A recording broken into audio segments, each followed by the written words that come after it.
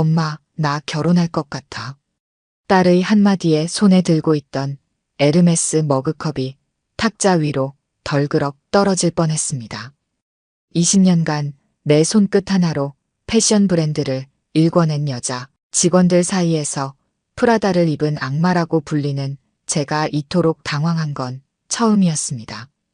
그 사람 정말 좋은 사람이야. IT 회사에서 일하는데. 그 순간 제 머릿속에 스쳐 지나간 건 지난 20년간 마주했던 숱한 사기꾼들의 얼굴이었습니다. 명품 매장에서 카드를 긁어대며 호의를 사던 사람들이 하루아침에 연락도 없이 사라져버린 일, 겉으로는 신사인 척 하다가 막상 계약서에 도장 찍고 나면 배신하는 사람들. 내 딸이 그런 남자를 만난다? 절대 안 됩니다. 엄마, 왜 그렇게 표정이 안 좋아? 표정 관리가 안 된 제가 잘못이었습니다. 평소 같았으면 완벽한 포커페이스를 유지했을 텐데 이건 내 딸의 인생이 걸린 문제였으니까요. 아니야, 엄마는 그저 우리 딸이 행복했으면 좋겠을 뿐이야. 이렇게 말하고는 있었지만 제 머릿속은 이미 온갖 계획이 소용돌이치고 있었습니다.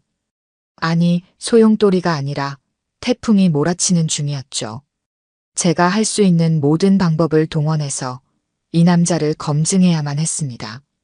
이야기를 계속하기 전에 구독과 좋아요 꾹 눌러주시고 매일 배달되는 사연 들어보세요. 알림 설정까지 해두시면 이야기가 올라오자마자 들으실 수 있답니다. 여러분들의 응원은 사연 제작에 정말 큰 힘이 됩니다. 며칠 밤을 뜬 눈으로 지새우다 마침내 묘수가 떠올랐습니다. 그래, 바로 이거죠. 내가 직접 이 남자의 인성을 테스트해보면 되는 것입니다. 평소의 저라면 상상도 못할 변신이 필요했지만 제가 20년 전에 시장 바닥에서 시작해서 여기까지 올라온 사람입니다. 다음 날 제 옷장은 그야말로 아수라장이 되었습니다. 평소라면 색상별, 브랜드별로 완벽하게 정리되어 있었을 옷장이 이제는 마치 빈티지 구제샵처럼 변해 있었습니다. 구석에서 끄집어낸 10년 된 패딩, 심지어 지하철역 근처 시장에서 산 3만 원짜리 후드티까지. 옷을 고르면서 제 손이 미세하게 떨렸습니다. 화장을 지우고 거울을 봤을 때는 제가 저인지도 몰랐습니다. 평소의 제가 완벽하게 세팅된 크리스마스 트리라면 지금의 저는 창고에 처박혀 있던 마네킹 그 자체였습니다. 생각해보니 제가 마지막으로 화장 안 하고 나간 게 언제였는지 기억조차 나지 않았습니다. 강남역으로 향하는 지하철 안에서 저는 계속 거울을 보며 제 모습을 확인했습니다. 괜찮을까요? 너무 티가 나지는 않나요? 하지만 이상하게도 아무도 저를 쳐다보지 않았습니다. 평소라면 저분이 그 유명한 하며 수군거리던 사람들이 이제는 그저 지나가는 평범한 아줌마처럼 취급하는 것이 섭섭하면서도 한편으로는 안심이 되었습니다. 이제 시작입니다. 예비 사위의 회사 앞에서 저는 잠시 심호흡을 했습니다. 내 딸의 행복이 걸린 일이니까 이 정도는 해야 합니다. 그런데 막상 이렇게 나와보니 제가 더 떨렸습니다. 20년 전 처음 가게 문을 열었을 때보다 더 긴장되는 이 순간, 저는 드디어 첫 작전을 개시했습니다. IT 회사가 밀집한 강남역 사거리는 퇴근 시간이 다가오며 사람들로 북적였습니다. 저는 예비 사위의 회사 건물 앞 계단에 앉아 떨고 있었습니다. 추워서가 아닙니다. 제가 지금 뭐 하는 짓인가 싶어서였죠. 지금 이 순간에도 제 매장에서는 직원들이 벌벌 떨며 제 부재를 수습하느라 바빴을 겁니다. 제가 찾던 그 사람이 먼저 다가왔습니다. 검은색 패딩에 베이지색 목도리를 두른 예비 사위였습니다. 이 남자가 우리 딸이 그토록 좋다고 하던 사람이었죠. 제가 아침부터 아무것도 먹지 못했다는 말을 하자 그는 의외의 반응을 보였습니다. 단순히 동정의 말을 건네는 대신 제 손목을 잡고 맥을 짚더니 혈압이 걱정된다며 병원부터 가보자고 했습니다. 그때 회사 경비원이 다가왔습니다. 고급 빌딩 앞에서 수상한 행동을 하는 사람을 발견했다는 듯한 날카로운 눈빛이었습니다. 주변을 지나던 회사원들도 하나둘 수군거리기 시작했습니다. 요즘 흔한 사기 수법이라느니 도와주다가 사고 난다느니 하는 말들이 들려왔습니다. 하지만 예비 사위는 달랐습니다. 그는 주변의 의심 어린 시선과 말들을 완벽히 무시한 채 오히려 저를 아는 사람이라며 경비원 앞에서 선선히 책임지겠다고 나섰습니다. 그리고는 제 건강이 더 나빠질까 염려하며 약국부터 들르자고 했습니다. 그 순간 가장 놀란 사람은 저였습니다. 이런 반응은 예상하지 못했거든요. 제가 의도한 것은 그저 돈이나 동정심을 구하는 것이었는데 이 사람은 진정으로 제 건강을 걱정하고 있었습니다. 주변 사람들의 따가운 시선은 계속되었습니다. 어떤 여직원은 노골적으로 불평하는 소리도 들렸습니다.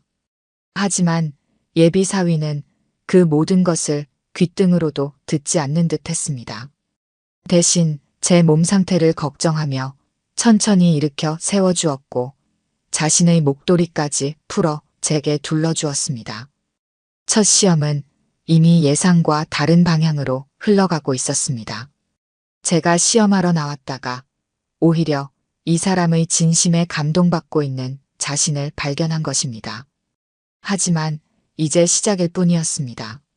아직 2번의 시험이 더 남아 있었으니까요. 그렇게 첫 시험이 끝난 후 저는 이틀 동안 전략을 새로 짰습니다. 이번에는 달랐습니다. 허름한 차림의 아주머니가 아닌 정신이 약간 불안정해 보이는 노숙인으로 변장하기로 했습니다. 지하철역에서 주워온 빈 박스들로 손수레를 채우고 얼굴에는 일부러 검은 먼지를 묻혔습니다. 평소라면 상상도 못할 모습이었지만 이미 첫 시험에서 이 사위 후보의 가능성을 받기에 더욱 철저히 시험하고 싶었습니다. 이번에는 그의 회사 근처 지하철역 입구를 택했습니다. 수많은 직장인들이 오가는 출근 시간, 저는 손수레를 끌고 비틀거리며 걸었습니다. 그리고 때마침 그가 나타나자 정확히 그의 발 앞에서 손수레를 넘어뜨렸습니다. 쓰레기와 빈 박스들이 사방으로 흩어졌고 사람들은 인상을 찌푸리며 멀찍이 피해갔습니다. 그런데 이 남자가 또 놀라운 행동을 했습니다. 출근 시간이었음에도 불구하고 그는 멈춰 섰습니다. 그리고는 아무런 망설임 없이 흩어진 물건들을 주워 담기 시작했습니다. 그의 멀쩡한 정장 바지가 지저분한 바닥에 닿았지만 전혀 개의치 않는 모습이었습니다. 제 계획은 여기서 지갑을 떨어뜨리는 것이었습니다. 누군가 돕는 척하면서 지갑을 가로채지는 않는지 혹은 돈을 빼가지는 않는지 보려고 했던 것이죠. 하지만 이 사람, 제 지갑을 발견하자마자 손수레를 정리하는 것도 잠시 미뤄두고 지갑부터 건네주었습니다. 심지어 제가 정신없어 보인다며 지갑을 안전한 곳에 잘 넣어두라고 당부까지 했습니다. 이쯤 되자 제 마음속에서 죄책감이 스멀스멀 올라왔습니다. 이런 사람을 이렇게까지 시험해봐야 하나 하는 생각이 든 것입니다. 하지만 이미 시작한 시험이었습니다. 저는 일부러 손이 떨리는 척하며 지갑을 떨어뜨렸고 지폐 몇 장이 바람에 날렸습니다. 그 순간 주변에 있던 한 남자가 재빨리 날아가는 지폐를 낚아챘습니다. 제가 미처 예상하지 못한 상황이었습니다. 그런데 예비 사위가 곧바로 그 남자 앞을 막아섰습니다. 자신이 방금 목격했다며 그 돈을 돌려달라고 했습니다. 순간 저는 걱정이 되었습니다. 혹시 싸움이라도 나는 건 아닐까 하고요. 하지만 그는 이런 상황에서도 놀라울 정도로 침착했습니다. 큰 소리 한 번 내지 않고도 단호한 태도로 결국 그 남자가 돈을 돌려주게 만들었습니다. 그리고는 제게 다시 한번 지갑을 잘 간수하라고 당부했습니다. 출근 시간이 한참 지났을 텐데도 그는 제 손수레가 완전히 정리될 때까지 자리를 떠나지 않았습니다. 이제 마지막 시험만이 남았습니다. 가장 큰 시험이 될 터였죠. 하지만 솔직히 말하면 제 마음은 이미 기울어져 있었습니다. 이런 사람이라면 우리 딸을 정말 행복하게 해줄 수 있지 않을까 하는 생각이 들기 시작했던 것입니다. 마지막 시험은 일주일 뒤에 진행했습니다. 이번에는 정말 극한의 상황을 만들어 보기로 했습니다. 한밤중에 술에 취한 듯한 모습으로 그의 회사 앞을 서성이다가 갑자기 쓰러지는 연기를 하기로 한 것입니다. 보통 사람이라면 이런 상황을 마주치면 경찰이나 119를 부르고 본인은 자리를 피하기 마련입니다. 그날 밤 11시 야근을 마치고 나오는 직원들 사이에서 그를 발견했습니다. 이번에는 낮보다 더 완벽한 분장이었습니다. 술에 취한 노숙자처럼 보이기 위해 일부러 소주병도 들고 이상한 말들을 중얼거리며 걸었습니다. 그를 발견하자마자 저는 계획대로 그의 앞에서 크게 비틀거렸습니다. 하지만 제 예상과 달리 그는 제가 넘어지기도 전에 달려와 제 팔을 잡아주었습니다. 그리고 그 순간 저는 제 인생에서 가장 민망한 순간을 맞이했습니다. 어르신, 혹시 지난번에 본 그분 맞으시죠? 제 얼굴을 똑바로 보던 그가 이상한 표정을 지었습니다. 앞불싸. 제가 지난번과 너무 비슷한 옷을 입고 나온 것이었습니다. 그는 지난번 만났던 그 사람이라는 걸 알아본 것이었습니다. 순간 도망가고 싶었습니다. 하지만 그는 제 도망갈 틈을 주지 않았습니다. 오히려 더 꼭 잡더니 근처 24시간 식당으로 저를 데려갔습니다. 술에 취한 사람 같아도 아까 그 노인분이 맞다고 생각했다며 이렇게 늦은 시간에 위험한 곳을 돌아다니시면 안 된다고 걱정하는 것이었습니다. 결국 저는 그와 마주 앉아 밥을 먹게 되었습니다. 제가 아무리 가지 말라고 해도 여기서 혼자 보낼 순 없다며 1시간이 넘도록 제 옆을 지켰습니다. 심지어 자기 집이 근처라며 모시고 가겠다는 말까지 했습니다. 그때였습니다. 식당 밖에서 갑자기 큰 소리가 났습니다. 몇몇 취객들이 싸움을 벌이고 있었습니다. 보통 이런 상황이면 대부분의 사람들은 모른 척하기 마련입니다. 그런데 이 사람 잠시 망설이더니 밖으로 나가 싸움을 말리기 시작했습니다. 물론 이건 제가 의도한 상황이 아니었습니다. 오히려 제 심장이 덜컥 내려앉았습니다. 만에 하나 저 사람이 다치기라도 하면 어쩌나 하는 걱정이 들었거든요. 하지만 그는 놀라울 정도로 침착하게 상황을 수습했습니다. 취객들 사이에서 중재자 역할을 하더니 결국 그들을 서로 다른 택시에 타워서 보내는 데까지 성공했습니다. 다시 들어온 그에게 물었습니다. 왜 그렇게까지 하냐고요? 그의 대답은 간단했습니다. 자기가 모른 척하면 저기서 누군가 다칠 수 있었을 것 같았다고. 그게 전부였습니다. 그 순간 저는 더 이상 시험을 계속할 수 없었습니다. 눈물이 날 것 같았습니다. 이런 사람을 이렇게까지 시험하고 있었다는 사실이 너무나 부끄러웠거든요. 그리고 한편으로는 너무나 감사했습니다. 우리 딸이 이런 사람을 만났다는 것이. 그날 밤 저는 한숨도 자지 못했습니다. 침대에 누워 천장만 바라보다가 결국 서재로 향했습니다. 책상 서랍 안에는 제가 20년간 회사를 일구며 모아둔 사진들이 있었습니다. 첫 가게를 열던 날의 사진, 은행 문턱이 닳도록 다니며 겨우 대출받은 통장, 직원이 한 명뿐이던 시절의 월급 명세서, 그리고 그 옆에는 딸아이의 사진들이 가지런히 놓여 있었습니다. 유치원 소풍날 찍은 사진부터 미술대회에서 상 받던 날의 사진, 대학 졸업식 날의 사진까지 사진 속 딸아이는 항상 밝게 웃고 있었습니다. 하지만 저는 알고 있었습니다. 그 뒤에 숨겨진 외로움을. 바쁘다는 핑계로 참관 수업도 못 가고 학부모 회의도 빠졌던 날들. 딸의 생일에도 늦게 들어와 차가워진 케이크만 마주하던 순간들.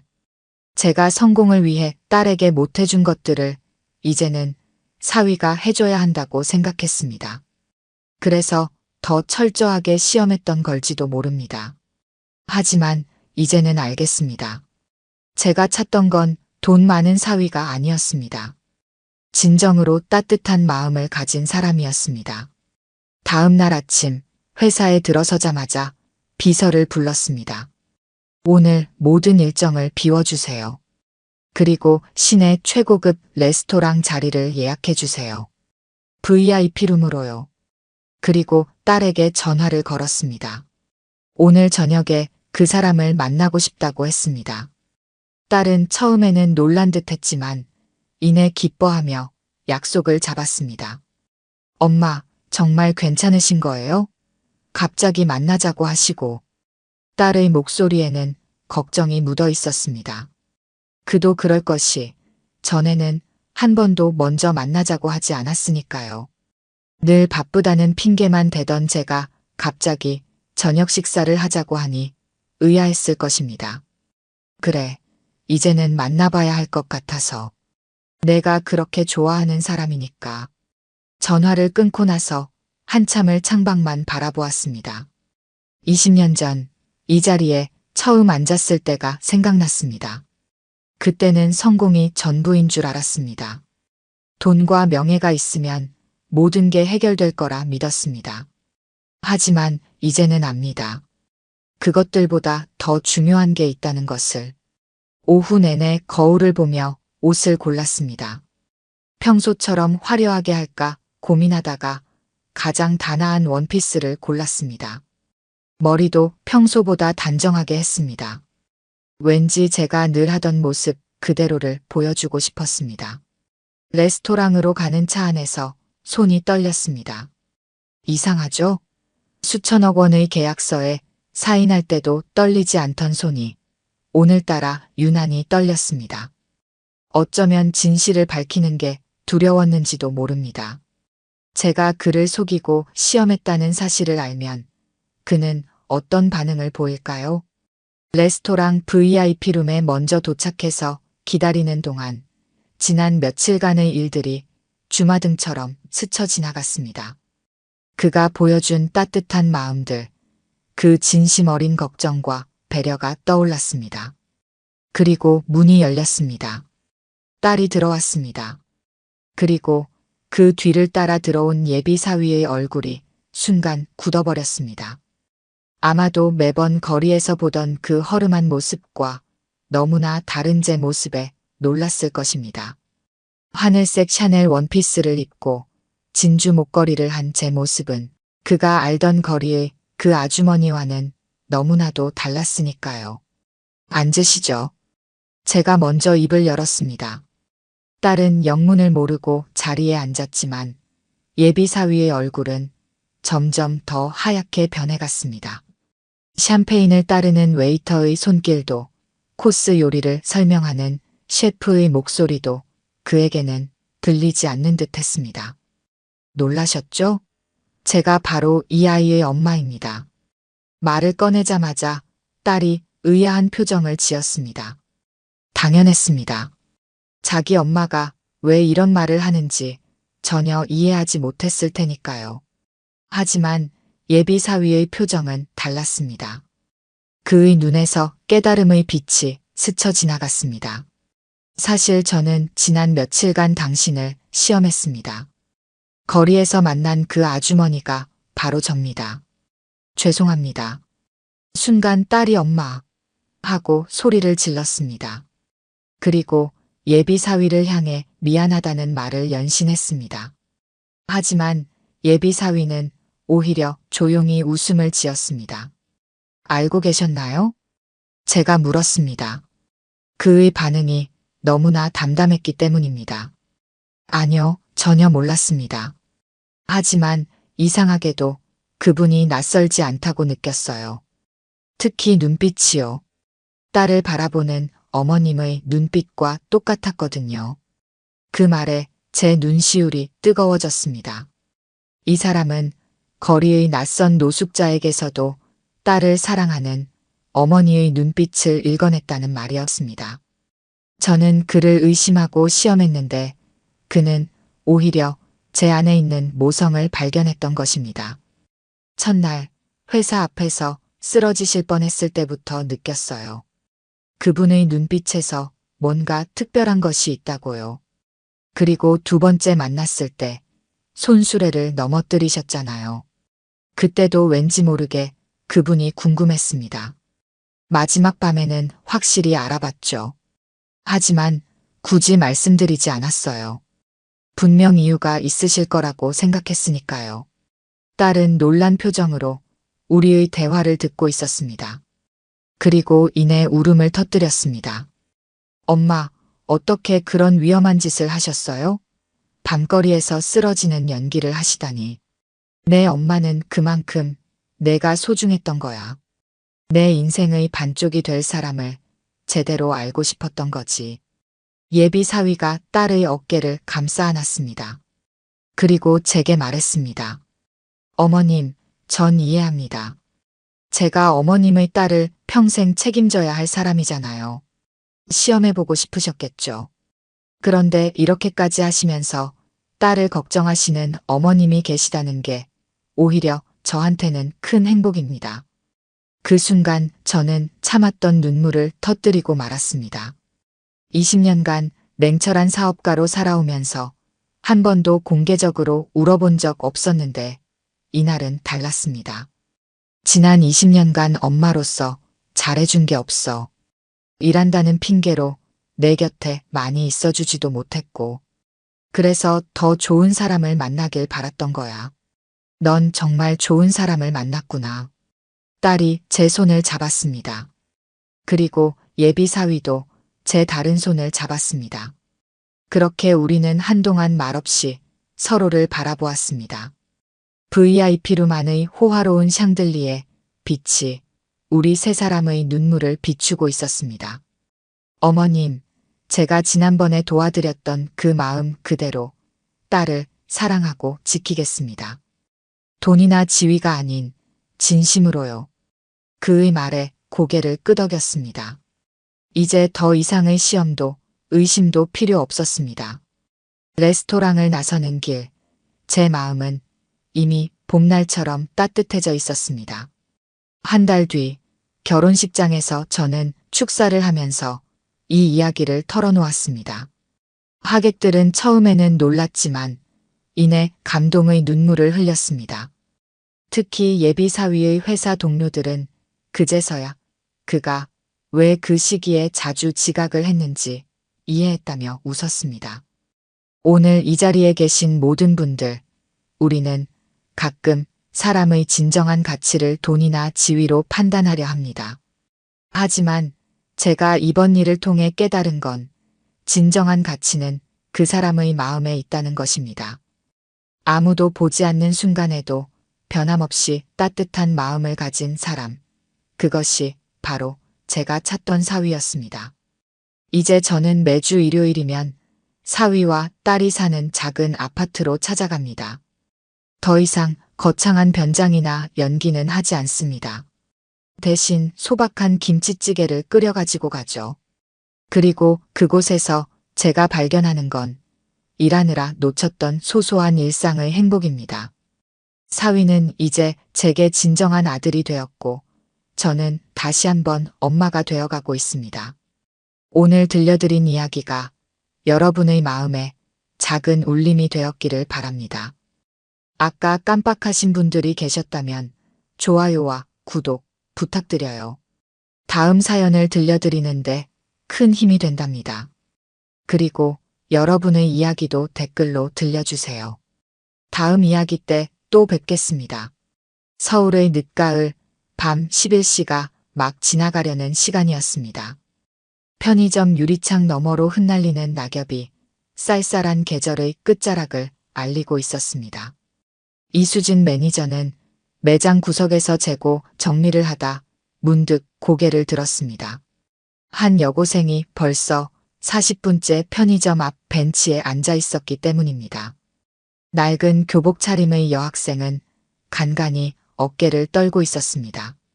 처음에는 추위 때문이라 생각했지만 수진의 눈에는 그것이 울음을 참는 모습으로 보였습니다. 매장을 둘러보니 다행히 손님은 없었습니다. 수진은 따뜻한 캔 커피 2개를 들고 문을 열었습니다. 많이 추운데 안으로 들어오시겠어요? 여학생은 고개를 들었습니다. 눈가에 눈물이 맺혀 있었고 볼은 추위로 붉게 상기되어 있었습니다. 수진의 따뜻한 미소에 여학생은 천천히 자리에서 일어났습니다. 죄송합니다. 저는 그냥 잠시 여기 있었던 것뿐인데. 괜찮아요. 이름이 어떻게 되시나요? 김민지입니다. 이야기를 계속하기 전에 구독과 좋아요 꾹 눌러주시고 매일 배달되는 사연 들어보세요. 알림 설정까지 해두시면 이야기가 올라오자마자 들으실 수 있답니다. 여러분들의 응원은 사연 제작에 정말 큰 힘이 됩니다. 민지는 떨리는 손으로 캔 커피를 받아들었습니다. 따뜻한 온기가 차가웠던 손을 데웠습니다. 수지는 민지의 모습에서 자신의 과거를 보았습니다. 혹시 집에 가기 힘든 상황인가요? 그 말에 민지의 눈에서 다시 눈물이 흘러내렸습니다. 수지는 서둘러 매장 안으로 민지를 안내했습니다. CCTV 사각지대인 창고 앞 의자에 민지를 앉히고 따뜻한 도시락도 데워왔습니다. 먼저 이것부터 드세요. 오늘 제대로 식사하지 못하신 것 같은데요. 도시락을 받아든 민지의 손이 떨렸습니다. 아침부터 아무것도 먹지 못했다는 말과 함께 참았던 눈물이 터져 나왔습니다. 아버님께서 술에 취하셔서 물건을 던지시는 바람에 피하느라 나왔습니다. 민지의 이야기는 거기서부터 시작되었습니다. 3년 전 20년 넘게 운영하던 가구점이 부도났습니다. 아버지는 실패의 충격으로 술에 의존하기 시작했고 가정은 서서히 무너져갔습니다. 어머니는 6개월 전 가출했고 그날도 아버지는 술에 취해 민지를 향해 폭력을 휘두르려 했습니다. 수지는 민지의 이야기를 들으며 자신의 과거를 떠올렸습니다. 15년 전 그녀 역시 비슷한 상황에 처해 있었습니다. 그때 한 선생님의 도움이 없었다면 지금의 그녀는 없었을 것입니다. 도시락을 먹는 동안 민지는 조금씩 마음을 열었습니다. 학교에서는 늘 글쓰기로 상을 받았다는 것, 일기장에 매일 자신의 이야기를 적는 것이 유일한 위안이었다는 것도 이야기했습니다. 수지는 민지의 눈빛에서 무언가를 발견했습니다. 잠시 고민하다 휴대폰을 꺼냈습니다. 이 사이트를 한번 보세요. 청소년들이 자신의 이야기를 나누는 공간인데 서로에게 큰 위로가 되고 있어요. 민지는 화면을 유심히 보았습니다. 비슷한 처지의 10대들이 올린 글들이 줄지어 있었고 그들의 댓글에는 진심 어린 위로와 응원이 가득했습니다. 우선 오늘은 제가 마련한 곳에서 주무시고 내일 아침에 같이 청소년 보호센터에 가보는 건 어떠세요? 거기서 도움받을 수 있는 방법을 찾아보는 거예요. 수지는 잠시 일어나 매장을 정리했습니다. 자정이 되어 다음 근무자와 교대할 시간이었습니다. 다행히 다음 근무자는 수진의 사정을 잘 아는 동료였습니다. 제 원룸이 좁지만 하룻밤 편히 쉬다 가시면 좋겠습니다. 그날 밤 수진의 작은 원룸에서 민지는 오랜만에 편안한 잠을 잤습니다. 수지는 바닥에 이불을 펴고 누웠지만 쉽게 잠들 수 없었습니다. 15년 전 자신을 도와주었던 선생님의 얼굴이 자꾸 떠올랐기 때문입니다. 다음 날 아침 수지는 출근하기 전 민지를 청소년 보호센터로 데려갔습니다. 센터의 상담사와 면담을 하는 동안 수지는 민지에게 작은 노트북을 건넸습니다. 이건 제가 예전에 쓰던 건데 선물로 드리고 싶어요. 보호센터에서 지내시는 동안 글도 쓰고 공부도 하시면 좋을 것 같아서요. 민지는 노트북을 받아들며 고개를 숙였습니다. 수지는 출근 시간이 되어 서둘러 자리를 떠야 했지만 민지의 눈빛에서 작은 희망을 발견할 수 있었습니다. 그날 저녁 민지는 보호센터의 컴퓨터실에서 첫 글을 썼습니다. 제목은 술 취한 아버지와 도망친 밤이었습니다. 자신의 아픔을 진솔하게 풀어낸 이야기였습니다. 글을 올리고 나서 며칠 동안은 아무런 반응이 없었습니다. 일주일이 지난 어느 날 첫 댓글이 달렸습니다. 제 이야기인 줄 알았습니다. 저도 비슷한 상황입니다. 글을 읽으면서 많이 울었습니다. 앞으로도 글 올려주세요. 그것이 시작이었습니다. 민지는 매일 밤 자신의 이야기를 기록했습니다. 독자는 1명에서 2이 되었고 곧 10이 되었습니다. 한 달이 지났을 때는 100명이 넘는 사람들이 민지의 글을 기다리고 있었습니다. 수지는 퇴근할 때마다 보호센터에 들러 민지의 글을 함께 읽었습니다. 글이 올라올 때마다 진심 어린 조언을 남겼고 때로는 그저 옆에서 묵묵히 지켜봐 주었습니다. 민지님의 글이 많은 분들에게 큰 위로가 되고 있어요.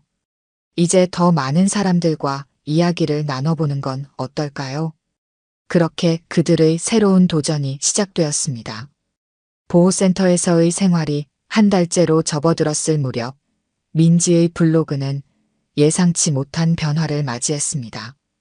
한 유명 커뮤니티에 민지의 글이 퍼지기 시작한 것입니다. 술 취한 아버지와 도망친 밤이라는 글이 수만 명의 네티즌들 사이에서 공유되었습니다. 이렇게 솔직하게 자신의 이야기를 쓴 글은 처음 봤습니다. 저도 비슷한 경험이 있는데 이 글을 읽고 많이 울었습니다. 작성자에게 꼭 힘이 되어주고 싶습니다. 댓글이 폭주하기 시작했습니다. 하루 만에 방문자 수는 10만을 넘어섰고 여러 온라인 커뮤니티에서 민지의 글을 언급하기 시작했습니다. 수지는 퇴근 후 보호센터를 찾아 민지와 마주 앉았습니다. 민지님, 이제 정말 많은 분들이 글을 읽고 있더군요. 어떤 기분이신가요? 아직도 믿기지가 않습니다.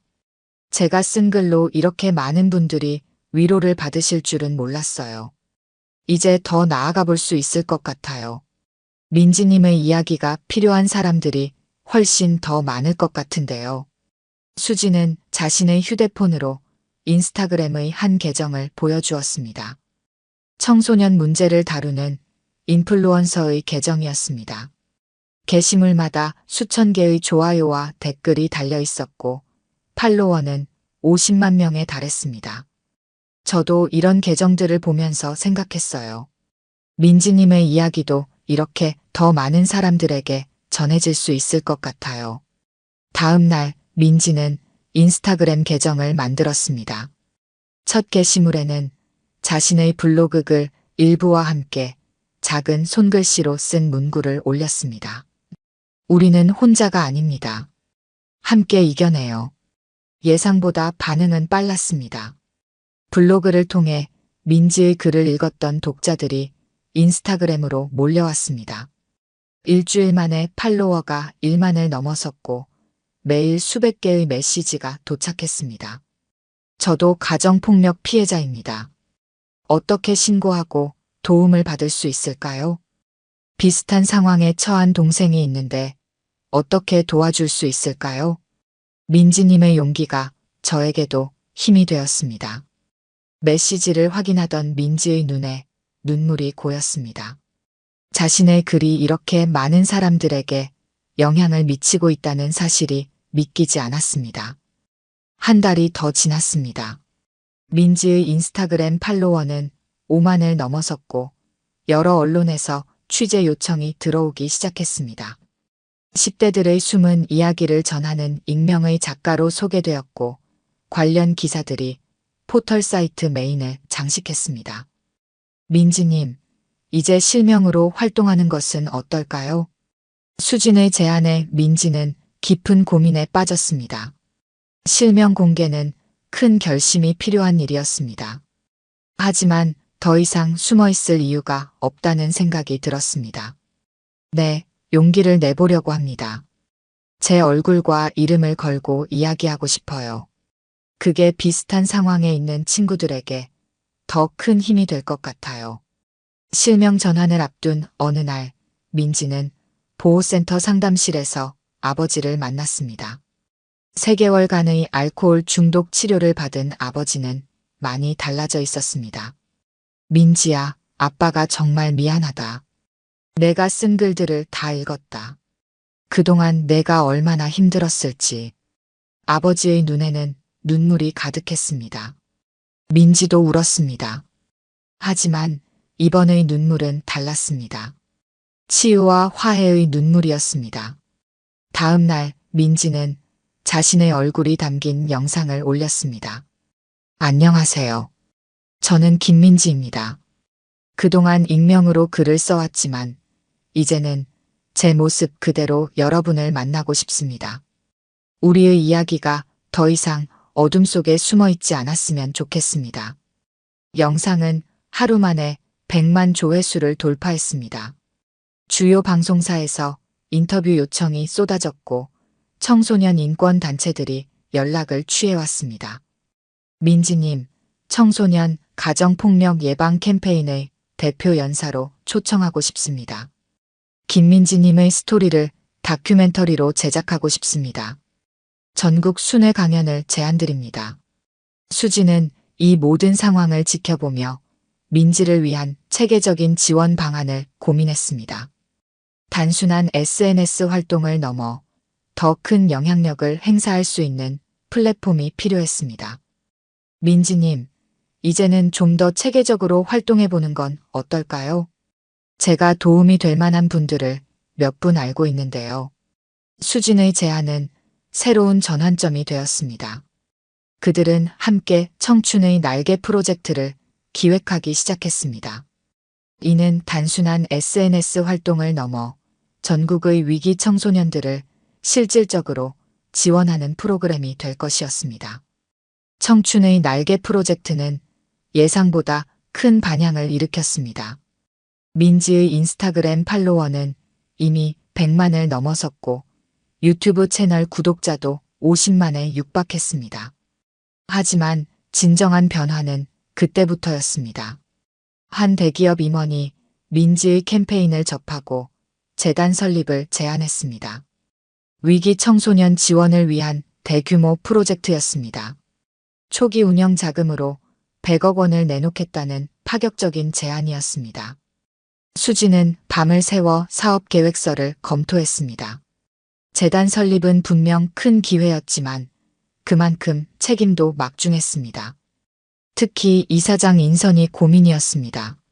재단의 얼굴이 될 인물은 청소년들의 마음을 이해하면서도 조직을 이끌 수 있는 역량이 필요했습니다.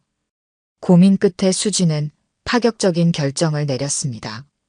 25세의 김민지를 이사장으로 추천한 것입니다. 나이는 어리지만 그 누구보다 청소년들의 마음을 이해하고 소통할 수 있는 사람이었습니다.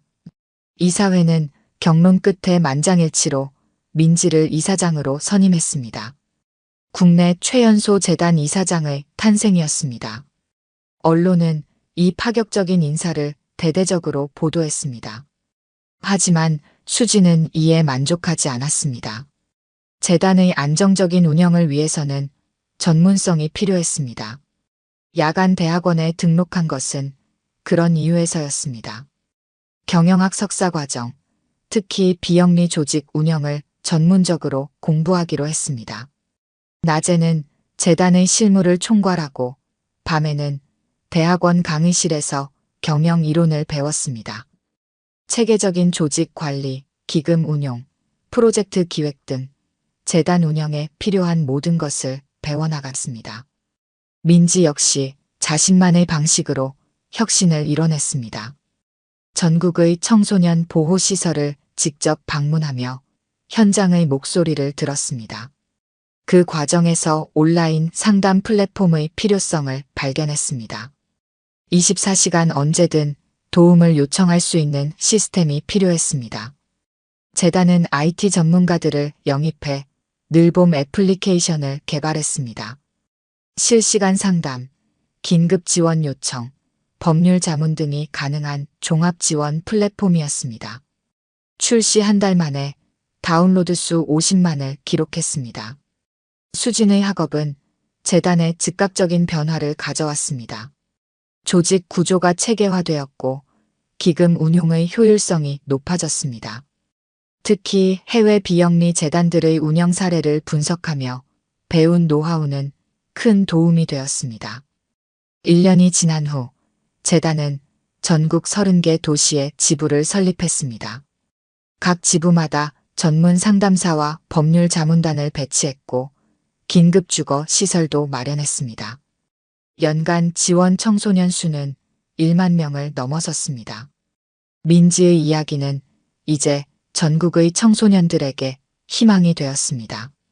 술에 취한 아버지 때문에 한밤중에 집을 나왔던 그날의 기억은 수많은 청소년들을 돕는 거대한 움직임이 되어 있었습니다.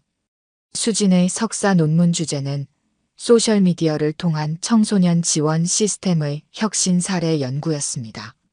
논문의 주인공은 물론 민지였습니다. 한 편의점 앞에서 시작된 작은 만남이 어떻게 사회를 변화시키는 힘이 되었는지를 분석한 연구였습니다. 이제 재단은 새로운 도약을 준비하고 있었습니다.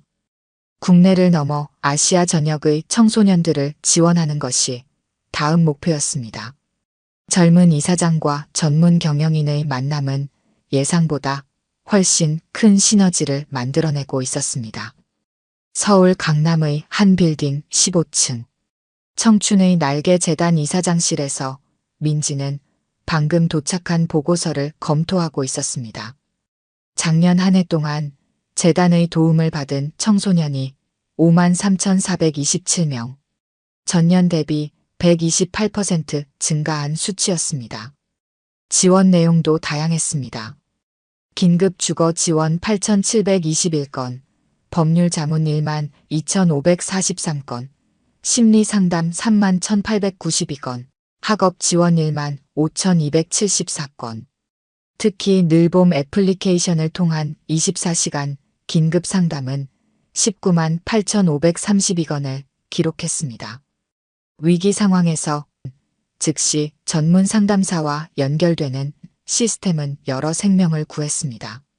성과는 숫자로만 나타나지 않았습니다. 재단의 지원으로 학교로 돌아간 청소년들의 이야기가 언론의 주목을 받았습니다. 가정폭력에서 벗어나 대학에 진학한 수혜자들의 수기는 베스트셀러가 되었고 이는 다시 재단의 발전 동력이 되었습니다. 수지는 이제 경영학 석사 과정의 마지막 학기를 앞두고 있었습니다. 비영리 재단 운영에 관한 그의 연구는 이미 학계의 주목을 받고 있었습니다. 특히 디지털 네이티브 세대를 위한 복지 시스템.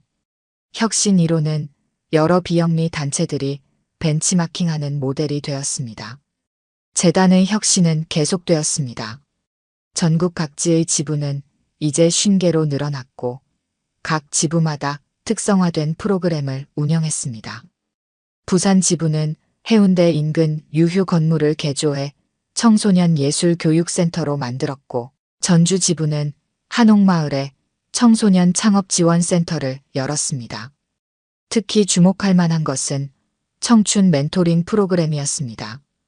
재단의 도움으로 성공적으로 자립한 청소년들이 다시 멘토가 되어 후배들을 돕는 시스템이었습니다.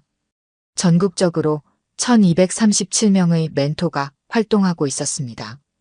해외 진출도 본격화되었습니다.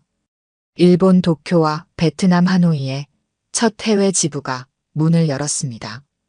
현지 NGO들과 협력하여 각국의 실정에 맞는 지원 프로그램을 개발했습니다.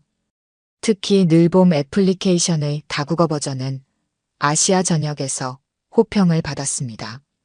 린지의 영향력은 정책 변화로도 이어졌습니다. 청소년 보호법 개정안은 린지의 자문을 적극 반영했고 청소년 복지 예산은 전년 대비 50% 증액되었습니다. 교육부는 전국 중고등학교에 청소년 인권 보호 교육을 의무화했습니다. 수진의 전문성은 재단 운영의 핵심이 되었습니다. 그가 설계한 디지털 퍼스트 운영 체계는 재단의 효율성을 극대화했습니다. 모든 지원 절차가 디지털화되었고 AI 기반의 상담 시스템은 24시간 가동되었습니다. 빅데이터 분석을 통해 위기 청소년 발굴도 보다 선제적으로 이루어졌습니다. 기업들의 참여도 이어졌습니다. 주요 IT 기업들은 청소년 코딩 교육을 지원했고 대형 유통기업들은 진로 체험 프로그램을 제공했습니다. 연간 후원금은 1,000억 원을 돌파했고 이는 모두 체계적으로 관리되어 청소년 지원에 투입되었습니다. 재단은 연구 사업도 확대했습니다. 청소년 복지 연구소를 설립하여 실증적인 연구를 진행했고 이를 바탕으로 정책을 제안했습니다. 매년 발간되는 한국 청소년 복지 리포트는 정부 정책의 중요한 참고 자료가 되었습니다. 민지와 수진의 파트너십은 더욱 견고해졌습니다. 젊은 감각과 전문성의 결합은 재단을 아시아 최고의 청소년 지원 기관으로 성장시켰습니다. 재단은 창립 2주년을 맞아 대규모 국제 컨퍼런스를 개최했습니다. 디지털 시대의 청소년 복지를 주제로 한 이 행사에는 전 세계 35개국의 전문가들이 참석했습니다. 민지는 기조연설에서 새로운 비전을 제시했습니다. 2030년까지 아시아 전역에 200개의 지부를 설립하고 연간 100만 명의 청소년을 지원하는 것이 목표였습니다. 수진은 드디어 석사 학위를 받았습니다. 그의 논문 디지털 전환 시대의 비영리 재단 운영 혁신 연구는 최우수 논문상을 수상했습니다. 여러 대학에서 강의 요청이 들어왔지만 수진은 재단 운영에 더욱 집중하기로 했습니다. 다만 자신의 경험과 지식을 공유하기 위해 온라인 교육 플랫폼을 준비하고 있었습니다. 이제 청춘의 날개는 단순한 청소년 지원 재단이 아닌 사회혁신의 상징이 되었습니다. 한 편의점 앞에서 시작된 작은 만남이 만들어낸 변화는 이제 국경을 넘어 더 큰 희망이 되어 퍼져나가고 있었습니다. 다시 찾아온 봄, 서울의 한 편의점 앞에서 민지와 수진은 오랜만에 캔 커피를 마시며 이야기를 나누고 있었습니다. 3년 전 그날처럼 벚꽃이 흩날리는 저녁이었습니다. 이 편의점은 여전히 그대로네요. 민지의 말에 수진은 미소를 지었습니다. 편의점은 그대로였지만 그들의 삶은 완전히 달라져 있었습니다. 재단은 이제 아시아 최대 규모의 청소년 지원 기관으로 성장했고 전 세계에서 청춘의 날개 모델을 연구하고 있었습니다. 그날 밤 이후 민지가 도움을 준 청소년은 10만 명을 넘어섰습니다. 그 중에는 대학에 진학한 학생도 있었고 창업에 성공한 청년도 있었습니다. 자신의 꿈을 찾아 예술가가 된 이도 있었고 다시 가정을 회복한 이들도 많았습니다. 재단의 연구소는 디지털 네이티브 세대를 위한 복지 시스템을 계속해서 발전시키고 있었습니다. 인공지능 기반의 24시간 상담 시스템은 이제 15개 국어를 지원했고 실시간 위기 대응 네트워크는 전 세계 청소년 보호기관들의 표준이 되었습니다. 수진이 설계한 운영 시스템은 하버드 비즈니스 스쿨의 사례 연구가 되었습니다. 청춘의 날개는 디지털 시대의 비영리 재단이 나아가야 할 방향을 제시하는 모델이 되었습니다. 그의 온라인 강의는 전 세계 공익활동가들의 필수 교육 과정이 되었습니다. 하지만 그들에게 가장 뿌듯한 순간은 따로 있었습니다. 매년 봄, 재단 지원으로 대학에 입학한 학생들이 보내오는 입학 사진들을 볼 때였습니다. 환한 미소를 짓고 있는 새내기들의 모습에서 그들은 희망을 보았습니다. 기억나세요? 그때 제가 처음 쓴 글이 술 취한 아버지와 도망친 밤이었는데 민지의 말에 수지는 고개를 끄덕였습니다. 그 글은 이제 10개 국어로 번역되어 전 세계 청소년들에게 희망의 메시지가 되었습니다. 재단은 이제 새로운 도전을 준비하고 있었습니다. 2040년까지 세계 각국에 지부를 설립하고 전 세계 청소년들을 위한 통합 지원 시스템을 구축하는 것이 목표였습니다. 벚꽃이 흩날리는 편의점 앞에서 민지와 수지는 새로운 꿈을 이야기했습니다. 그들의 이야기는 여전히 현재 진행형이었습니다. 한 사람의 작은 용기가 만들어낸 변화는 이제 전 세계를 향해 날개를 펴고 있었습니다. 그리고 그들은 알고 있었습니다. 지금 이 순간에도 어딘가에서 또 다른 청춘이 날개를 펴기 위해 준비하고 있다는 것을. 그들의 이야기는 그 청춘들에게 전하는 메시지였습니다. 당신은 결코 혼자가 아닙니다. 당신의 용기가 세상을 바꿀 수 있습니다.